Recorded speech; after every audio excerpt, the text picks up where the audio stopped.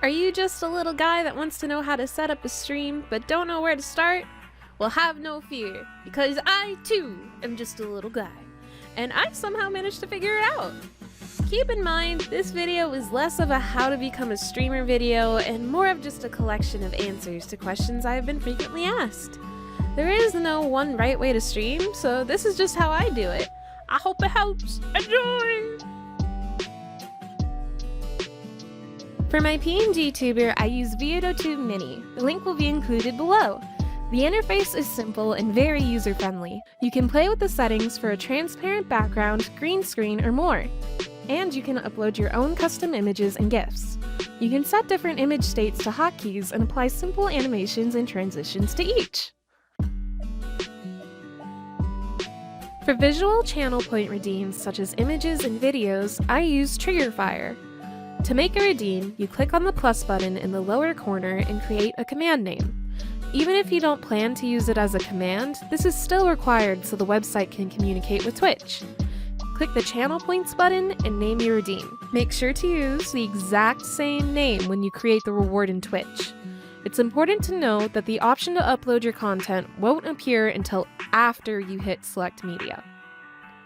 Now head over to Twitch, go to your creator dashboard, and find your channel point rewards. Create a new reward and remember to name it the exact same way you named it on Triggerfire.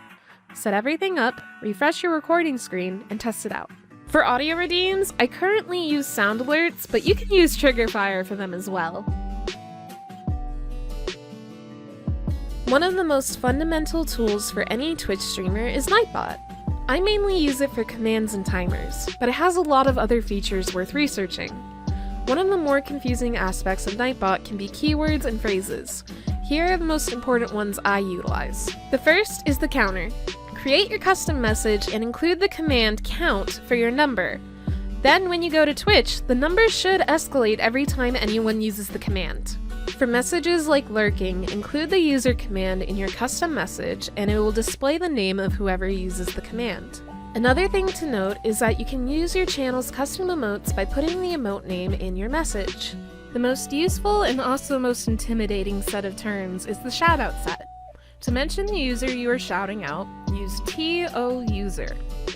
To mention the last category they were streaming, use Twitch space game space touser as shown on the screen. Finally, to share their channel link, use twitch.tv/touser. I will leave all of the terms I shared just now in the description for you to copy and paste as needed. The other feature I use often is timers. This can be helpful for special stream events, friendly reminders to your community, and sharing ways to grow your community like a Discord link. Make sure if you add a Discord link to check it doesn't have an expiration date. To add quick actions to your Streamlabs, go to your stream manager on Twitch and look for the vertical 3 dots above your in-browser quick actions. Open the pop-up and copy the link. Then go back to Streamlabs and find your layout editor in the upper left. Here, you can rearrange your layout and add different elements. Set up a website element and pop in the link. Now you should have easier access to your quick actions. One of the most useful tools you can have in your quick actions is the stream marker. This is built into Twitch but does not appear by default. Go to your quick actions in your stream manager and hit the plus button. Add this tool to your quick actions to easily mark any moment in your stream so you can find it in your VODs later on. You should see a little yellow mark in your VOD's timeline wherever you clicked this button. This makes video editing much easier. Having a schedule is extremely fundamental for any streamer. Even if you may stream a wide variety of content, it's important that your viewers know when you're going to be around. As you can see here, my schedule just shows the days of the week and the times. Whether you decide to go into details, share a weekly or monthly schedule, it's important to share consistency with your community. Even if you're a seasonal streamer or can't stream as often as you like, this is a necessary building block that will improve your growth, community, and consistency. Keep in mind, everybody has their own little stream rituals, but what I do personally before stream is, depending on how prepared I am for the content that's coming, I will take anywhere between 13 to 15 minutes before I'm supposed to go live to prepare. This can mean refilling my water, taking a break, getting some food. It can mean checking all of my settings to make sure everything looks right. It can really mean whatever it means for you. In the last 5 minutes, I like to make sure that everything looks right, that anywhere I'm posting my stream link has everything it's formatted correctly, it has a picture if it needs it, whatever it needs, so that way I can just hit enter in my channel and any other channels that I'm sharing my link, and boom, easy, done, out of the way. I make sure my music is set up, I make sure all my settings are set up, and that my stream title is ready to go. So that way, in the last 5 minutes before I'm meant to go live, I can kind of just have peace of mind that things are going to start off fine. The other thing too is you might want to look into how you want to set up your advertisement role. Once you understand how it works, it's a good idea to make sure not to start streaming before your pre-rolls are done if you decide to do your pre-rolls in the first certain amount of minutes of your stream.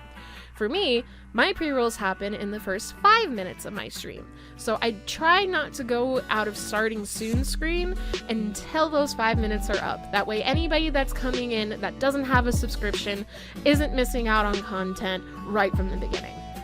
When it comes to talking on stream, I have to admit, there are a lot of times that I catch myself not following my own advice. There are going to be times where there are awkward silences in chat. There are going to be times where you may not find you're as entertaining as you would like to be. Try not to apologize for that too much if you can avoid it. Again, I'm not the best at following my own advice sometimes. I'm just a little guy. But that being said, you want to make sure that your stream is a comfortable place for your viewers. And of course, to a certain level, when you're streaming, you're worrying a lot about, what other people are thinking, what other people are doing, while watching your content. Part of the reason why I hide my viewers is so that way I try to think about that a little bit less. Yes, I want to make sure they're having a good time. I want to make sure that they're comfortable. But ultimately, at the end of the day, as the streamer, I need to make sure that I'm having a good time and that I'm comfortable. And I'm not going to be doing either of those if I'm constantly worrying about what other people think about what I'm doing. So it can be tough. It's not necessarily something that you're going to get right away. It's kind of something you have to remind yourself about every time you stream. To be kind to yourself, to have fun, and to be yourself, regardless of whatever happens in that little chat box. Thank you all so much for watching. Make sure to check out the description for links and that good old set of Nightbot copy pastas. You're probably sick of hearing this by now, but feel free to pop a follow, like, or subscribe. I thrive off that good old validation from strangers on the internet. Take care, bye-bye!